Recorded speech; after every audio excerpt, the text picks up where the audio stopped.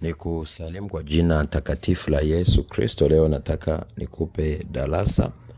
Unapoona ndoto hizi tatu, jua kuna kitu kizuri kipya Mungu amekiandaa kuja kwenye maisha yako. Na ni kitu kutoka mbinguni ambacho Mungu atakiweka kwenye maisha yako. Na kitu kile kitaweza kufanya upige hatua ya mafanikio. Ndoto ya kwanza, unapoona una mimba. Unaweza usiwe na mimba, unaweza usiwe hujaoa, hujaolewa, lakini uone una mimba, hususan ni mwanamke. Hiyo ni ishara kwamba Mungu anaenda kufanya jambo kubwa kwenye maisha yako. Sasa wewe unaweza kuwa ni mwanaume, sasa Mungu muda mwingine asikupe wewe mimba. Umuone labda kuna mwanamke, labda hata umjui au unamjua, unakuta ana mimba.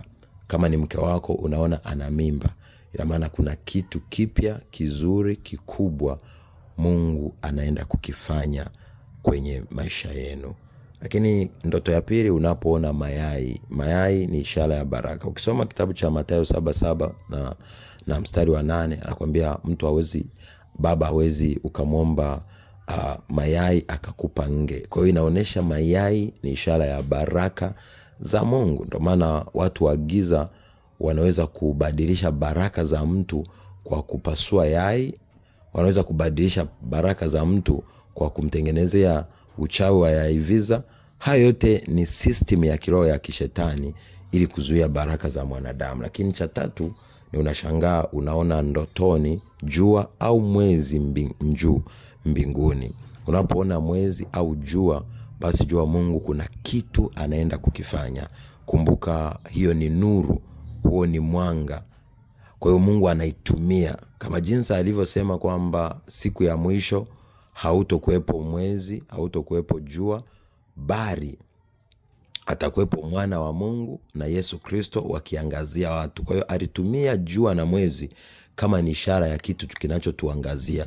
Na pia siku ya mwisho ukisoma kwenye kile kitabu cha Joeli sura ile ya 2 mstari ule wa 32 na 31, anaonesha kwamba jua litatiwa giza, mara mwezi utakuwa mwekundu.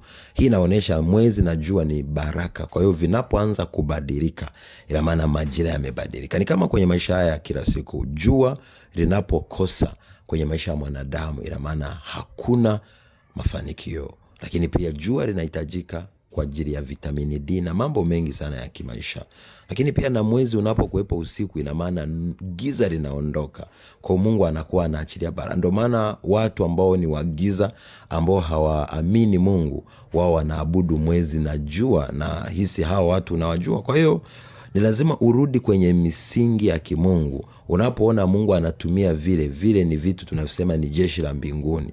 Kwa hiyo ni vifaa ambavyo Mungu anavitumia kuwakilisha ujumbe wake fulani. Kama sisi pia anavyotutumia kuwakilisha vitu fulani, na pia vile vitu vinatumika kwenye ulimwengu wa roho. Naitwa Apostle Johannes John. Nawapenda sana. God bless you. Be a shining star in Jesus mighty name. Amen. Shalom.